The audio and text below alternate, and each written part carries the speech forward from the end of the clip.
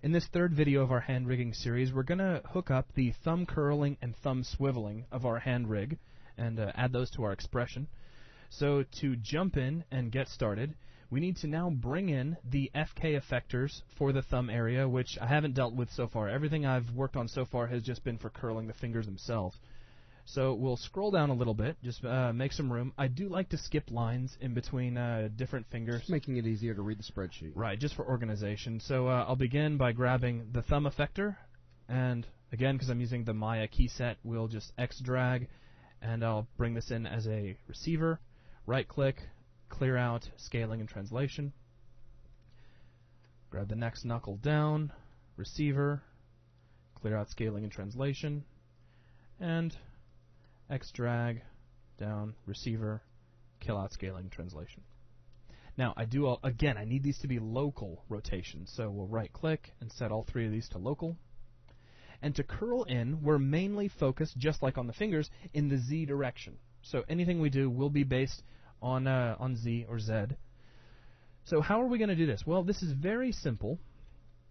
We're just going to essentially make a direct connection to our slider at first.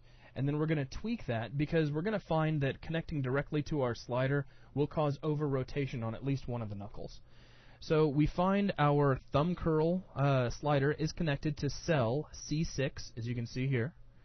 So I'll scroll back down, and we'll take the first knuckle, and we'll input the vector, it'll be open curly brace, 0, 0, C6, close. Now press enter, and let's test this out before I go anywhere. Make sure this is locked. Let's open up, and we'll grab thumb curl, and we're curling in. Now that's a little bit of over curling, but I'm going to go ahead and finish up the rest of the fingers before I do anything else. So let's grab this entire line, because I don't want to have to retype, and we'll paste, and paste again. Press enter. So let's test out the thumb curl at this point.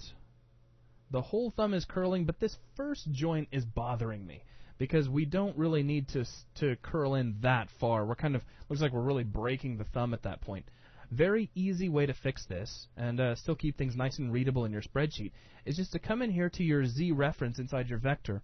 I'll place C6 inside parentheses, and inside these parentheses I'll add a multiplier just to slow things down a bit. Now, I may be doing a little bit of tweaking, but we'll start off with a value of 0.2. And now, as we slide thumb curl, we don't get as much rotation. So we're really slowing that down. We could do the same with this knuckle if we think that's over curling. I can almost manage a similar rotation on my own hand. Maybe, okay, we'll loosen it up just a little bit. So we'll come in here to the next knuckle, and we'll do the same thing very quickly. It's very easy to use. We'll just put C6 inside parentheses, and inside we'll say multiply by maybe only 0.6. So 0.6, press enter, and now as we adjust, so I'm liking that a little bit more. Looking good. So we have some nice thumb curling ability. Now I would like to be able to slide the thumb, or swivel the thumb, side to side. This would be if you were to hold your hand out with your palm facing the, let's say left hand, you're holding your palm facing the inside of your body, so the outside of your hand is facing down toward the carpet, and you move your thumb left and right. I'm assuming everybody has carpet in the room they're in right now. Do you hear that? Okay, so we need to know the direction that we'll be rotating on this. At this point, if you ever get confused with your rotations, just bring up your rotate tool, and let's make sure we are using local rotations.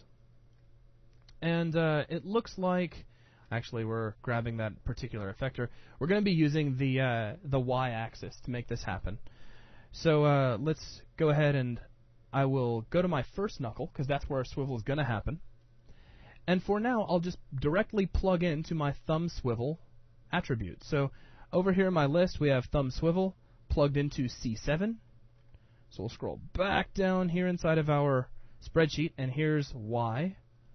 So we'll jump in, and we'll grab C7, press enter, and now let's test this out. We'll come back here to our effector, and as we grab thumb swivel, we're swiveling our thumb. So that's coming up, I'll call that high enough. You could probably I can go up a little higher with my thumb, but again, these are open for tweaking. If you need to tweak, maybe it'd be nice just to show that. We can come back to our customize attributes. let's say we take a thumb swivel, and negative 20 is not really far enough. So we'll set this to negative 30 and press enter. You'll notice our slider just updated down here inside of our window. So now I can rotate even higher. So there's the ability to swivel my thumb, and of course I can still curl it as well. So with that, we have full control of our thumb now granted. So we can control our fingers, make a wave, curl in the thumb, and swivel the thumb around. Cool. So that's, again, it's a little bit shorter than the last lesson, but that's everything that I wanted to cover in this video. So thanks a lot.